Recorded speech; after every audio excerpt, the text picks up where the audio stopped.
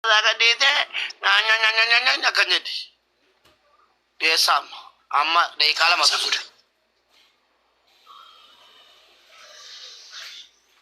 Mahir. Himata da mu mata malati.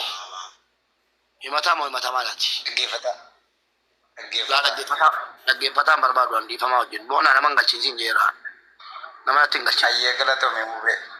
ulfaadhu galatoomni nama himatu tuyyuu bakka Ayyee. An hordofaa keetii bar. ulfaadhu maa hiriyyee amma kanaaf hin jenne dhiifama guddaa Ayyee galatoomi haa. ayyee ulfaadhu ragaa guutuu natti argitanii jirtan torba barreeffadhaa ol galtu warri ragaa guutuu na argitanii jirtan Desa miti namni dhiyaatee beenna jedhee nurkatti qabu hin jiraanne hin barbaadanna nu miidiyaa irratti rakkoon qabu. Eenyu nu dhuftee numaa gadhiifte naan jechuun dandeessu. Fidaa isiniin jenneerra. Callistee ilaaltu miti. Ayyee. Warri biyya namaa nyaatanii jirtan hin fagaatin haastaa yoo footoon keessan gadi ba'e hin beekamu. Yookaan kaffalaa jabaadhaatti yookaan haastaa. Khalid. Ijija baatanii hoddofottee. Badaa kennaa wallahi araadaa tokko kennaa jira. Araadaa tokko. Faaraa dadhabne faaraatu ajaa'ibaa. Faaraatu ajaa'ibaa malee. Araadaan ofis ture. Hankiyya argitee mubee. Qoy. Dallaalaati. Tun akka fayyaa hin qabnetti waa hubachaa jirra. Waan baay'ee nama ajaa'ibu boona. Addunyaan tun guutuun akka gartee zaalimummaan guutuutti waan baay'ee argaa jirra. Hojii Mubaarak mee muutii qabadhaa warri asirra jirtan. Wanni Mubaarak musammaa hojjechaa jiru kuni dhugaa rabbiititti dubartoonnummaan teennaa keessa. Shabakaan isa. Koppilinki godha jabaadhaa koppilinki godhaame. Shabakaan akka irraa ofirraa nan baanu. Koppilinki godha harkaan taap godha. Kuni dhugaa keessantu bayaa jira ijoollee mana madaa. Jabaadha. Allah akkumaan doolleen dhufee jira. Ajaa'iba bar. Yaa hattu. Marga shamarranii kana oolaa. Teena quncaa jiran argaa jirra. Dubartoonni teena qixxeen isaanii edaa warra gubatee gartee waan of godhu dhabe. Dhugaa rabbiitti miidiyaa tanarratti baanee wayitaayyaadha garagaraa dhiyeessan. Oma namni nagaa qabu se'a namni edaa dubartoonni teena hin jirtu edaa namni duraaniin gartee Maammadoo birrii itti kennitee dhaabbisteetu maallaayi bichaa seenanu lakkaa edaa gubata biraatu itti jira. Mubaarak musammaa hedduu galatoom. Wallaahi baguma gartee waan gartee hawaalaatii fi waan seera lamaan qabattee dhufte kanaan dubartoota teena dhugaa isaanii baga agar. Hedduu gubachaa jiran hedduu dubartoonni teena inumaa hin jiraniyyuu. Keessattuu qiyaamaan Dubaayitti buutee isin arguuf deemaa jirra. Qiyaamaa Dubaayin keessa jiru. Yoo xiqqaate namni kun guyyoota muraasa keessatti nama 50 olitti fidan. Sila akkamii qaayidaan? Sheeyni namni bada jaran laa ilaaha. Jara keenya namni nama kana beektan gaafa namoota sirra mittansan oomishaa ulfaatu maaliif hawaasa waa beeksisaa fi dinaaf hin uffachitti deebita. Namni nama kana beektan lakkoofsa torba barreessa. Namni yoo jala kana jiraatte abbeek suuraa kana lakkoofsa tokko barreeffadhu seeni suu maana maxxansitan jedhi gaafadhu. Akkuma nama kaan irraa gartee nama kaaniif dhaabban dhugaa qabaattu siifis dhaabbanna yoo gartee ni nyaatamee ni matamte hannaa ni matameera warroonni asirratti dhufe guutuun isaanu namni lafarraa ka'ee sirra nama fidu tokko jiru. Dhageeffadha. Kanaaf harkaan koppilinki godhaa sheer godhaa walirratti sheer godhaadha. Oromoon diinyata damaa jirtu keessatti ijoolleen mana arabaa keessa gubataa jiru. Dhiira bartiirraallee warri mallayni keessan isin jalaa nyaattame keessa kara hawaalaatiin jabaadhaatti hundaa taabtaa godhaa koppilinki sheer godhaadha. Namni ammoo nama kana beektan lakkoofsa tokko barreeffadha. Lakkoofsa torba barreeffata. Kana nama kana beektu.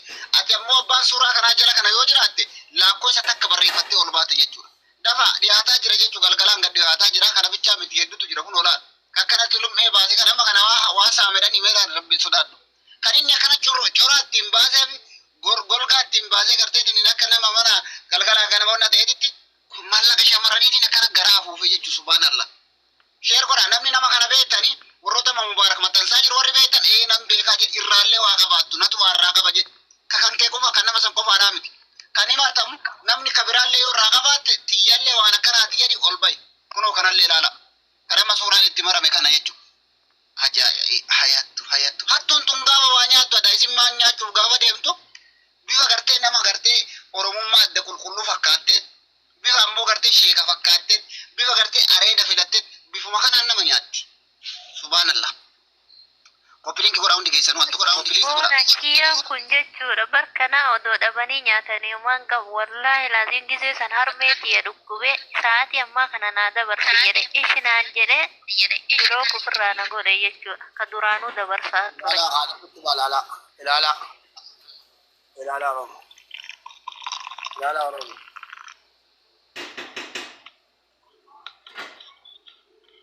Ajaa'iba wallahi. Bona suuraan jijjiirraa mi'ootii qabadha sikii haasawwani warri beektan jalaa gaafadha. Okay. Ayyee warri jala kana jirtan namoonni 266 kun 70 kuni namoota amma mubaaraka sirra maxxansaa jiru kana yoo beekte nan beeka jedhi ol bahe na galchaame yoo beekte lakkoofsa tokko barreeffadhaa ol bahe akkottaate ol isin galchina yoo beekte jechuudha.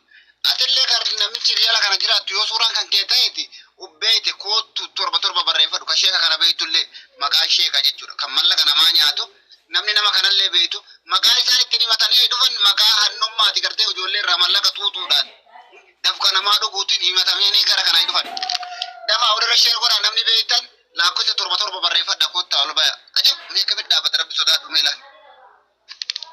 Yoon ammoo namni irraa dhabame akkanatti dhiifaman seena ati kabadde kuutee ulaaltullee akkanatti dhaabataman seenii ganaa sooshaal miidiyaa gubbatti amma sirraa namni itti dhabame viidiyootti hojjetama. Namni kun hattuudha bakka argametti haa barbaadamu namni kana beektan koomantii jalatti ganaa qabama jechuudha. Dhageeffadha. Wallaadhati amma sirratti kukkee ilaalaa bar eenyutu nan beeku namni nan beeku jedhee miti koomantii irra ganaa barbaadama namni gartee gadhiifamee nama kuma meeqaan lallamaa kan mubaaraka galgala gadhiise. Hanga yoo ta'an nama hedduutu ilaalaa jira. Ganaa jala deemnee koomantii isaatiin achi keessaa baafna jechuudha. Hanga biyya peejii irratti maxxanfama jechuudha gara feesbuukaatitti. Gara adda addaatiin leebaan akkanaa kan gartee mallaqa ijoollee tuutee hojii kanuma godhatee inni garteetiin battaaniyaa keessaa bahee nyaatee battaaniyaatti deebi'uu malee isiin gubattee dhagaa mukatti buutee fuutu dhima isaan si fooyne jechuudha. Ajandaa fiduu miti akka barbaadan ta'uu miti hima taatan malee kaleessa fakkeenya waan guddatu hojjeme daqiiqaa keessatti mallaqa obboleetti teenya tangeeroo meeqaaf isiin dhabdee sabbartee irraa teetti fuulli isiin maante daqiiqaa sanitti kaffalan daqiiqaa sanitti birri 158 fi birri 100 jechuudha ragaa wajjin jechuudha. Kana bichaadhaa miti kana sirraa kanaa miti warri kaleessa biloog godhe warri keessaan irraa kaasuu didee jechoota adda addaatiin dursisaa ture biloog irraa hiikeetti osoo isiin quban qabne eeloo sii berga mallaqa kan kee daqii guyyama muraasa qofa naa nama hedduutu jira jechuudha dafaa koopiliikitti muddaa haa inni keessan guutuun ni galti dhageeffadha ka warra nyaatame qofaatii miti keessanillee ka warra nyaatamne kanarraa fakkeenya fudhatanii nyaatamtan lamuu koopiliik godha harkaan taaftaa godhaadha walirra sheer godha namni nama kana beektan lakkoofsa 7 barreeffadha. Nama sheekattuu kana beektan jechuudha. Kan inni himatamee dhufe mallaqa namaatiin himatamee dhufe dafa 7 barreeffadha hin beekna warri jettan. Hin beekna warri jettan nama sheeka. Yoo dhugaatti taate gartee namu dubartiin eenyuma biratti amaanaadha. Amaanaa dubartii kanaaf dhaqaatii viidiyoo isaa irratti jiruut godha. Gaafa namni dammoo gaafa yoo gartee dhugaa badiin qaban akkuma galeessa dubbatanii mucaa kaleessa irraa dubbannirraa fira qabaachuu irraa kaka'e mucaan dhufanii irraa kafalan. Waa'ee mucaa sanii amma boodan dubbatamu. Fedhu mucaan sun sababa gartee haqqummaa qabuuf gama mucaan sun sababni gartee maallaqni irraa kafalamuu danda'eef sababa gartee maqaa ofii balleessuun barbaanneefi. Hattuun ammoo amma asin dhuftu fakkeenyaaf daqiiqaa 20-30 caala taa'uu hin dandeenye.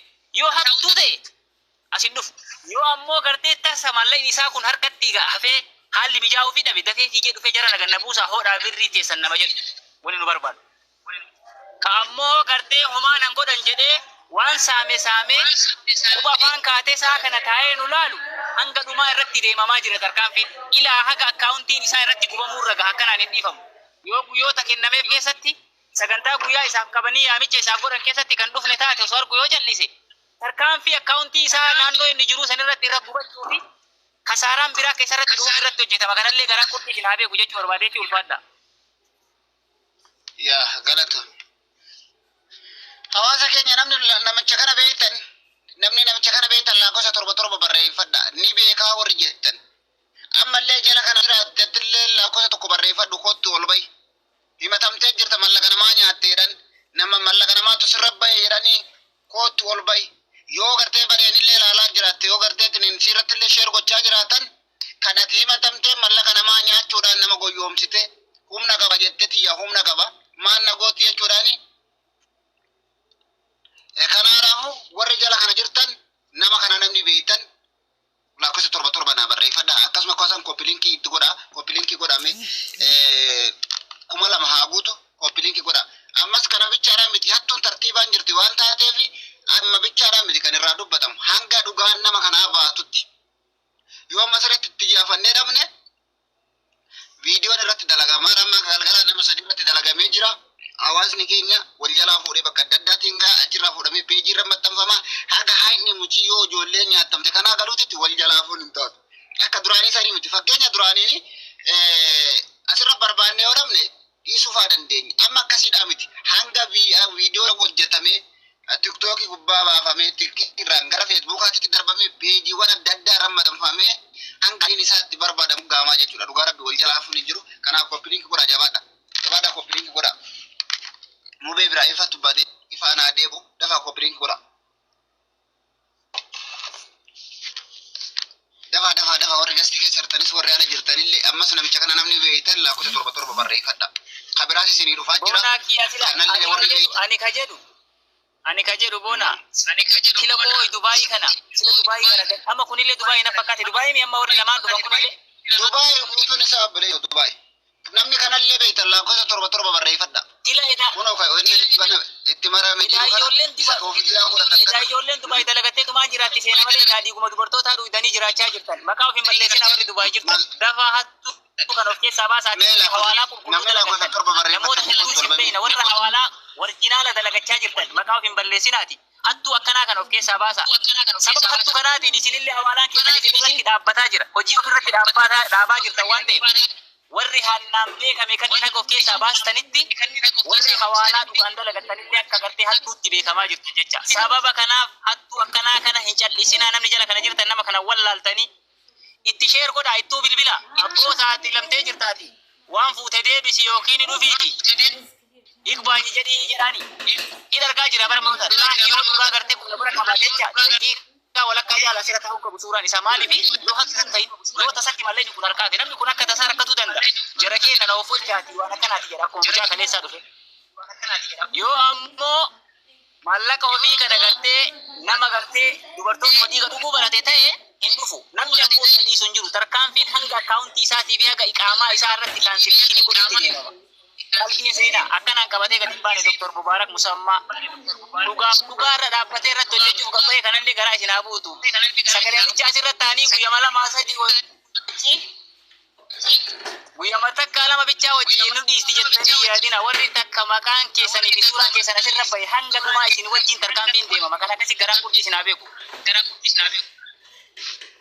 Lafa namni ammas namicha kana beektan lakkoofsa torba barreeffadha. Namicha koofiyyaa godhatu kana kadhamma itti marame kana namni beektan lakkoofsa torba barreeffa. Kottaa ol baya. Akkasumas itti barbaanne yoo dhabne hundi keenya viidiyoo dalayne hundi keessan viidiyoo dalaytanii mubaarakillee viidiyoo dhagaa achi jalatti illee nama koomatti hidhanne barbaanna guyyaa irratti finne irraa dubbanne jechuudha. Dhageeffadha. Hundi keessan warra jalatti koopiliikii godhaadha jajjabaadha. Warri beektan lakkoofsa torba barreeffadha. Warri namicha kana beektan lakkoofsa torba barreeffadhu. Atis jala kana yoo jiraatte lakkoofsa tokko barreeffadhu. Hattuu yoomillee haa qabamtu hattuun galman geettu. Jabaadha hayti waliyyaan keenyaa ni baati. Dhugaa rabbi nama jara nyaatu malee nama jaraa dubbatu hin qabdu. Yeroo gartee mallaqa irraa fuudhan, yeroo gartee siisoo soba, yeroo masgida ijaaran, yeroo bataskaana ijaaran, yeroo gartee rakkinni jiru, yeroo rakkataa bira dhaabbatan mana qimamii mana madaam jedhan. Okay, Ali ni beektaa? Ali moo eenyudha? Ali kottu hin beekanatti hin jettanatti fakkaate kottu ol bahe. Hayyesi ergeera kottu ol bahe.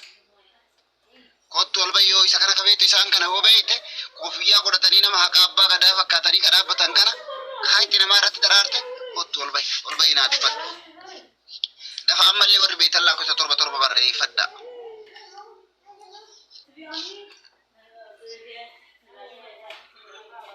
Dafa koppiliinki godha koppiliinki dhaabdanii jirtan.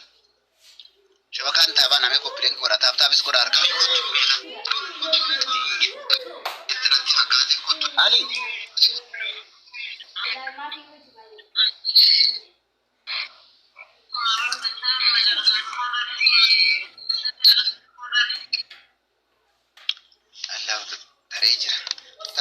Ammas namni namicha kana beektan namichi nama hattuu kana beektanii lakkoofsa tokko naa barreeffadha. Atis jala kana yoo jiraatte lakkoofsa torba barreeffadhu. Suuraan kiyya maaliif as bahe suuraa kiyya maama yoo jette lakkoofsa torba barreeffadhu.